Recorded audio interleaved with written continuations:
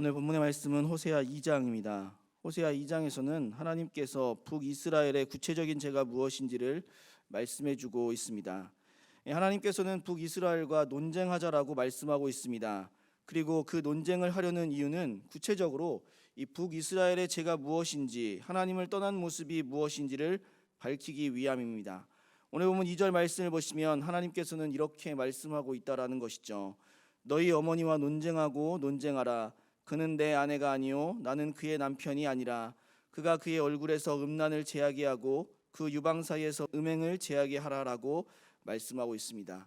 2절 상반절에 나오는 이 논쟁하고 논쟁하자라는 말은 이 법정에서 쓰여 있는 용어입니다. 법정에서 논쟁을 하는 이유가 무엇입니까? 그 사람이 죄가 있는지 없는지를 너무나 명명백백하게 밝히기 위해서 우리는 법정에서 그와 같은 치밀한 다툼을 벌이게 된다라는 것이죠. 한마디로 하나님께서는 지금 북이스라엘 백성들을 하나님의 법정으로 소환해서 그 죄를 밝히시기 위함이라는 것입니다. 그러면 북이스라엘의 죄가 무엇이라고 하나님께서는 지적하고 있는 것일까요? 2절 말씀을 다시 보시면 하나님께서는 이렇게 말씀하고 있다라는 것이죠. 그는 내 아내가 아니요 나는 그의 남편이 아니다라는 것입니다. 무엇을 말씀하고 있을까요? 사랑하는 관계가 아니다라는 것을 분명하게 말씀하고 있다는 것이죠.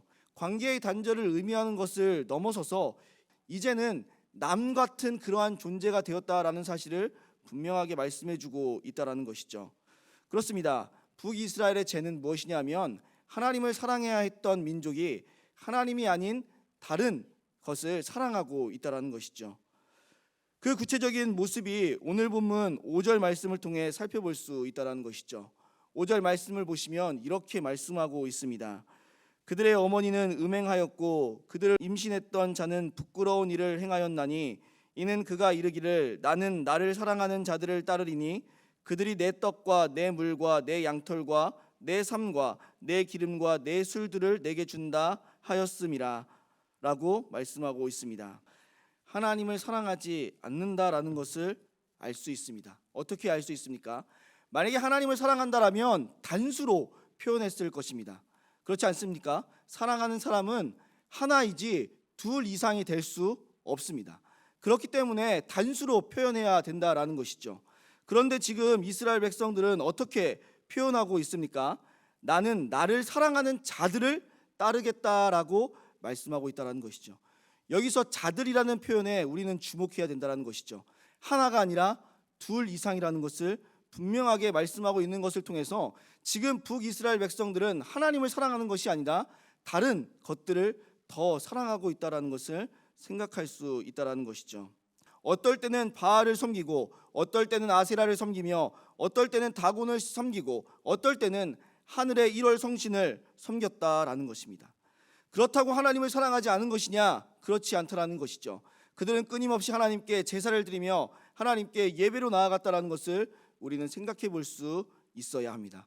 그 많은 우상들을 섬기면서도 하나님까지 사랑했다라는 것이 그들의 문제였다라는 것이죠. 그러면 왜 이렇게 많은 신들을, 많은 우상들을 섬기며 살아갔던 것일까요? 그것은 그 우상들이 자신에게 많은 것을 주고 필요한 모든 것을 공급해 준다라고 생각했기 때문입니다. 오늘 보면 5절 말씀을 계속적으로 살펴보면 그들이 내 떡과 내 물과 내 양털과 내 삶과 내 기름과 내 술들을 내게 준다 하였음이라라고 말씀하고 있다는 것이죠.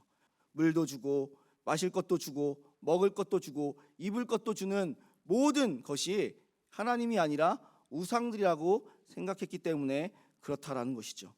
그렇습니다. 북이스라엘은 우상이 자신들을 풍요롭게 해줄 것이라고 믿었습니다. 그들이 자신들을 사랑하기에 많은 것을 준다라고 생각하였습니다. 자신들에게 필요한 모든 것을 채워주고 공급해 줄 것이라고 생각하였습니다. 그런데 그것은 오산이었다라는 것이죠. 북이스라엘 백성들에게 풍요로움을 허락하시고 북이스라엘 백성들에게 필요한 모든 것을 채워주시고 공급하신 분은 우상들이 아니라 하나님이었음을 그들은 알지 못했다라는 것입니다. 어떻게 그 사실을 알 수 있을까요? 오늘 보면 8절 말씀을 보시면 하나님은 이렇게 말씀하고 있습니다.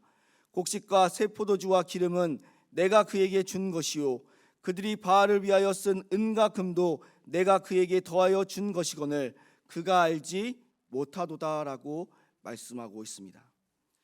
하나님께서는 모든 것을 주셨다라고 말씀하고 있습니다. 그들에게 새 포도주와 곡식과 기름을 주신 것은, 그들이 입고 살 수 있는 모든 것을 주신 것은, 그들이 마실 수 있는 모든 것을 주신 것은 하나님이시라는 것이죠.